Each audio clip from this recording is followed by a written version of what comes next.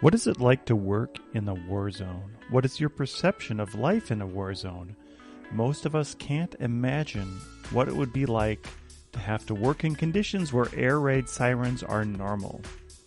We interview Roman Kuzub with Default Agency on his team, their work, and life in a war zone. I would encourage you to listen to this entire episode. It's not that long, and you will get so much out of it. Talk Commerce is brought to you by Content Basis. Have you tried machine learning programs only to find they give you repetitive garbage or worse, information irrelevant to the context of what you asked for? Do you know if the content that you're using on your website is even performing? Content Basis exists to analyze, create, and measure the content that is crucial for your product or service. Content Basis analyzes your website analytics to learn what is performing well and what is not. We dig into your search history to discover what keywords people are using to find your product and services, and what keywords people are using to find your competitors' products and services. We create a content plan to help you deliver content that wraps around your most vital products and services, and then we track the performance of this content, reassess it, and make it better. Go to contentbasis.io to learn more. The open beta program is available to new users.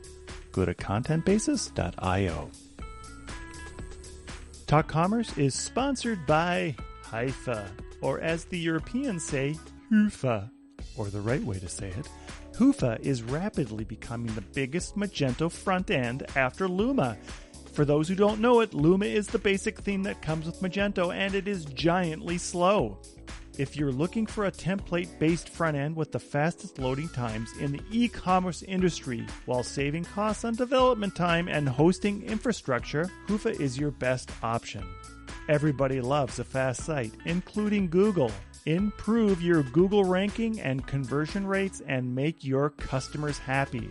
Learn more at hyva.io. That's hyva.io. My name is Brent Peterson, and I'm your host. Please remember to subscribe wherever you download your podcasts. And now, Talk Commerce.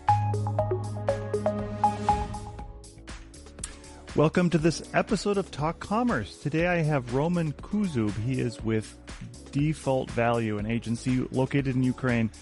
Roman, go ahead, introduce yourself, tell us your day-to-day role, and maybe one of your passions in life. Hi, Brent. I'm here the CEO of the company, so actually my role is to be responsible for everything and do the things that is not managed to be sent to someone else. That's actually all I do all day. And my passions is more about, if you're talking about work, then probably it's about making these things work easier. So automation and so on, and some different stuff that saves people time for something. And if you're talking about all things, then I really in love with hiking. I do hiking. I did hiking a lot, not the last year, of course, but yeah, that's different stuff here. But yeah, we love hiking, do it, and I love Carpathians, Crimea before 2014, and like other stuff. Last year it was planned to do the Lycian pass, not happened, actually. Yeah. All right, well, thank you for that. And so before we get started talking, and today we're going to talk about work life and how you're managing to work in a war. But I'm going to tell you a joke, and all you have to do is tell me if that joke should be free or if somebody should charge for the joke at some point. All right, here we go. 97% of people are stupid. Thank God I'm in the other 5%. Okay, definitely should be free. Good. All right. At least I made you laugh. That's a positive sign. All right, tell us a little bit about the way your work life goes now, and tell us how you're managing to work. First, which city are you in, and how close are you to the front line, and things like that? Yeah, we are a local company from Cherkasy. It's a city in the central Ukraine, so it's actually the geographical center of Ukraine is 60 kilometers from the city. So it's not very far from the war line, but not too close, so 300 kilometers. That's I don't know if it's far or not because it depends on your attitude to this. Of course, we changed our behaviors and how we live in this situation. And right now, I would say that it's already okay. It became normal. And today, we had an air attack warning, and as I see, nobody actually reacts on this. That's something that become just a part of the life. Fortunately, our city was never hit, so it's no rockets here, never. And everyone is already relaxed or just get used. So previously, first 5, maybe 4 months, I was sleeping in safer places, trying to find the place with 2 walls behind me and the windows and so on. But eventually, we start living further, let's say. Go ahead, sorry. Yeah, I also wanted to mention the team, and maybe because that's something that I was how to say it? Sorry. Okay, I wanted to mention the team because I was really surprised by their behavior because we have 80 persons in the company, and I was thinking about moving the whole company somewhere safer places. And actually, 5% of people refused to do this. The whole team decided to stay in here in Chicago. All of them did a great job. They started working remotely when we didn't have enough experience with this, and they did a huge step to save the workload, save the projects we had. So I wanted to mention. Yeah, I can relate that. I was at a BigCommerce partner meeting in March, right after the war started, and BigCommerce had a large team in Ukraine, and their chief or their head of projects was there in the U.S. to talk about this launch of their multi-store on BigCommerce, and she said that even though the bombs were coming down, I think they're in Kiev, but the bombs were coming down, they said they're going to get their project done and they're going to do it no matter what. And I think everybody started to cry. There was probably 300 people in this audience that was just her determination to make sure that the work got done, and the determination to continue to work I don't think I certainly can't understand or even relate to what you're going through and what you've gone through.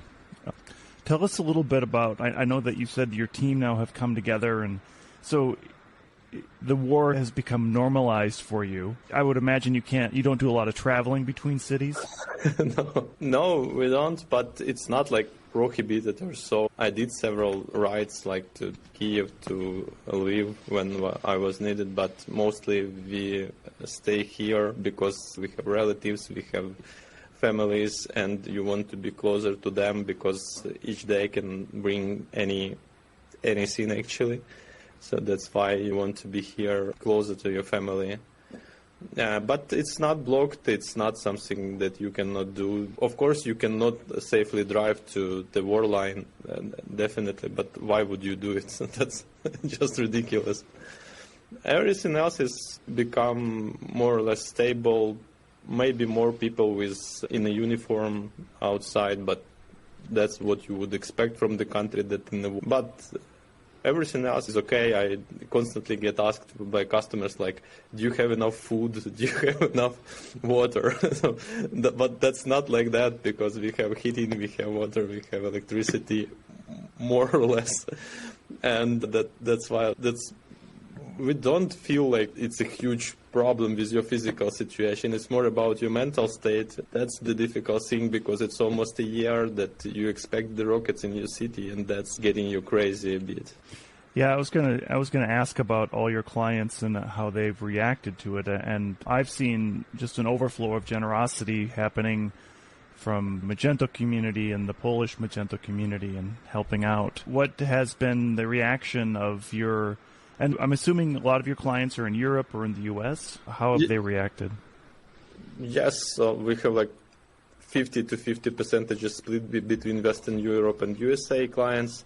And I'm proud of my clients because nobody did run from us or something, moved the project outside. So no, not that we faced. I heard about such things, but not with us. And Actually, I got spammed with the different results to help, starting from moving to, Berlin, and ending with sending us some night vision things to help to our army. And that was like, that's the thing that I still feel like extra excited about the people outside, because they feel this thing is not correct too. So they agree with this, and that gives me the strength. I don't know how to say it. So my customers were reacting they stay on our side, and they still do. And when I talk about the cases with them that other clients moved the projects, they don't understand it. They really say that should not happen. I think one thing that we've seen is Europe and the U.S. have been united in supporting Ukraine and helping you as a country and you as a people. What, in your personal sort of leadership journey, have you had some struggles in coping? Anything particular that you can point to? And do you feel as though you're going to come out a lot stronger at the end of this? Yeah, I almost don't remember the march. Maybe a lot of people do, but I'm the more of this. And I know that during the march, I filmed 10 to 12 different videos for my team, for my customers, making sure they know what is happening, making sure they understand where we are, what we are doing. That was a thing that I was struggling, because the team were spread on different places and we need to gather it. And from operational perspective, it was not very easy, but that's something I do. That's my job to do this. But in terms of challenges, for me personally, it's always about, being positive. When you see that not everything is really positive could be. That's the thing when you, as a leader, you cannot be upset and passive. You should be proactive, you should be acting, you should be doing, you should be showing the way for others. And that's the challenge. And it was extra hard, at least first half of the year. That was really difficult. But hopefully family helped the team, my closest teammates who helped me to do this. And I hope we managed it more or less fine. We are still functioning. Yeah, I like what you said about that you as a leader need to demonstrate and show that you're moving forward and you can't sit and decide either to do or not to do something. You need to make those decisions. Do you think that, I think it sounds like your team is really bonded and come behind you. Is everybody remote, or is everybody in one location, or how does it look for your team? Yeah, actually, we have an office right now. I'm in an office pretty big, 1,000 square meters, but pretty empty because 15 to 20 people came here to work. But most of the team, 50, 60 persons, work remotely, but most of them are in Cherkasy, nearest villages outside the city. So, we moved to remote work type. It was started beforehand because we had those COVID things before, but now it's even more. Still, when we are asking the people, I was wondering maybe I can save some money not hiring the office, because that's not free of charges, you understand. And I asked guys, maybe we should move to a fully remote company. And 96, I don't recall, but it's more than 90% of employees told that they just wait when all those things finish and they want to get back to work here to the office because they want personal communication and they're really struggling doing this just from home. Yeah, I would imagine that the mental toll, too, without people around you to support you is more difficult when you're working by yourself at your house. How about, I'm interested to know about a little bit about your company, and I know that you do Magento work. And I always have a question, why is Ukraine so strong in technology, Magento particularly, or even now BigCommerce has a large team? What is it that you think makes up your culture to be so good at building out e-commerce and technology sites? There are two parts here. So first is about why Magento is so popular here in Ukraine, but the answer is pretty simple because the roots of Magento are here in Ukraine and in Belarus, as far as I remember. Actually, we have guys who were working in a core team development, the Magento 1, like 15 years ago, and they're still here, and some of them are my partners running other agencies. So they know it like the DNA of the system, not only the how something should be done there. So yeah, we know it's pretty good. And from other perspective, the second part, I think it's more about, how to say it, the attitude to work and being honest with the clients. Because in e-commerce, you cannot just order the project and close your eyes and then it's about very tight communication and tie to all the business around the e-commerce solution. And you should trust your partner to do this. And when you have from other countries, partners, they just promise and don't deliver. And then you came here and guys deliver when there are bombing outside. You understand that those guys are serious. And that's about the commitments. That's about something that work should be done. And here we have those attitude mostly in development. Of course, there are hundreds or thousands of agencies. I cannot promise for everyone, but most of the guys I'm speaking about, they all really focused on making things as clear as they can and deliver what they promise. Something, I guess, why we can work with this in Europe and USA, because when we are talking about something, we are serious about it. That's good. So tell us about default value. Give us your elevator pitch. Sorry, don't do much of sales here, but okay, you hear default value doing the outsource, and as I said, half of it is about the e-commerce and about the Magento. We do end-to-end development except the marketing part, so we can do from the start and the design and end with delivery and post-delivery support of the systems. Typically, our LTV for the customer is 5 years, because we work for long. We help businesses to grow, not only delivering the projects. That's not our idea. And our company is built by two really cool developers. They worked for other companies and they decided that they want a better company and they founded the default value. It's not me. I'm hired CEO, but we have two founders. And we're really proud that we still mentioning the size, 80 persons, we still the family type company when we communicate freely, when there are no such a huge hierarchy here or very tough processes and so on.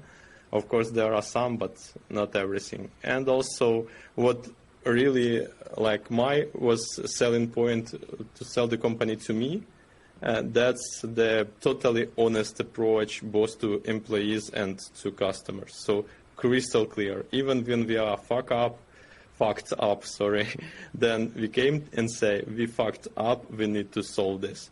And that's the idea, the DNA of the company. So we are doing clear communication. That's something that really stands us about, and that makes, for example, for me much more difficult to find the managers who can do this and work in such approach, because typically managers tend to cut the edges and so on.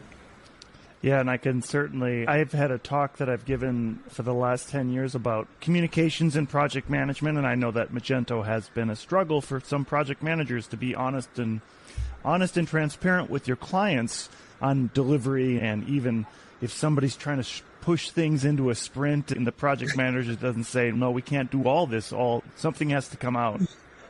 The end result is the client is always. Roman, what is your plans when this is all done? Are you going to have a big celebration? And what do you think when the war is finally finished and life is back to normal? Can you see that day? Specific day, probably I will get drunk, to be honest. Yeah. But if you're talking about the plans for next time, for the future, then yes, I know I want to build an international company. I have ideas on the places where I want to visit. And I know that if previously I was thinking about moving to some other country or something like that, then right now it's not about that. I definitely want to stay here. I definitely want to help my country to success. That's my attitude here. That's good. So, Roman, as we close out the podcast, I give everybody an opportunity to do a shameless plug. What would you like to plug today? I don't know. I was not prepared to this. So actually, guys, I understand that probably the people who will watch this, they are not from Ukraine, so mostly they are from foreign countries. That's why probably the most important things right now is please support Ukraine. Please push your politics to support Ukraine. And don't forget and don't get tired, because actually the war is not ended. It's not even close to the end. Yeah, that's such a good point, that you have to keep up the vigil, and even though it's somewhat become normalized, it's never normal to have bombs coming down. Yeah. Thank you, Roman. Thank you so much for being here today. It's been a very enjoyable conversation. Yeah, thanks for inviting. All right, that went great. Thank you. Thank you. How was I? It was great. Yeah, you weren't nervous. It was super. You did really well. Okay, thank you. Just curious, can I see this before it published or not? Sure, yeah, I can send you the raw video. Absolutely. Yeah, that would be great, because I thought I will lose my conscience. You did great. Yeah, there was I don't know if I'll even have to do it. Sometimes I take out the ums and stuff like that, but you did really well, so no worries. Okay, thanks. Thank you. Yeah, if you know of anybody, I would love to interview more Ukrainian business owners to get their life experience. So if you know anybody else that would like to just do a short interview, I would love to talk to them. Okay, I will check with partners. Maybe they are into it. Yeah, and I'll tell you, it'll be a couple of weeks before the show goes live, but I'll tell you in advance, and I can share the video with you as well. Okay, thank you. All right, thank you. Have a great day. Yeah, you too. Bye. Thank you for making it to the end of this episode of Talk Commerce. Please rate this episode wherever you download your podcasts. We are actively looking for people to participate in the Free Joke Project. Go to talk-commerce.com and sign up for your free spot on the Free Joke Project. If you are a business, I will do a 30-second elevator pitch in the spot to help promote your business. That's talk-commerce.com.